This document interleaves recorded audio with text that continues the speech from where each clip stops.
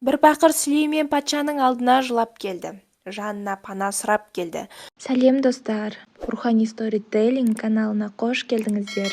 Видеоны соңына дейін тамашалап, қолдауларыңызды сұраймын. Жаныңа не керек деп сұрады Сүлеймен одан. Мен Әзірейіл періштені көрдім. Маған сонша тесіліп біртүрлі қарады. Содан қорықтым.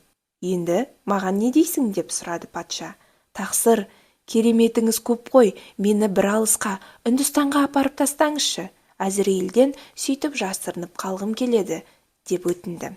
Сүлеймен патша желге бұйрық беріп, әлгі жігітті Үндістанға бір сәтте жеткізді.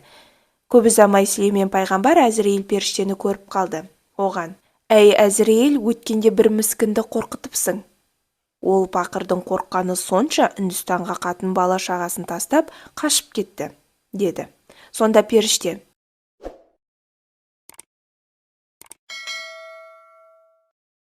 «Мен оны қорқытайын деген ойым жоқ еді. Құдайдан әмір келді. Әлгі жігіттің жанын ал деді. Құдайдың бұйрығы бойынша оның жанын сол күні Үндістанда алуым керек. Ал ол Құдыста жүр.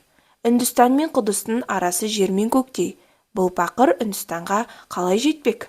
Әлде Құдайдың бұйрығы қате болды ма деп ойланып, оған тесіліп қараған едім.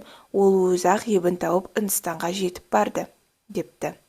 Ажал ақымақ үшін алтау, ақылды үшін біреу. Ажалы жеткенді өлім таппай қоймайды. Ақымақ адам өлімнен қашып сорлайды. Менің каналыма тіркеліп, қолдауларыңызды сұраймын.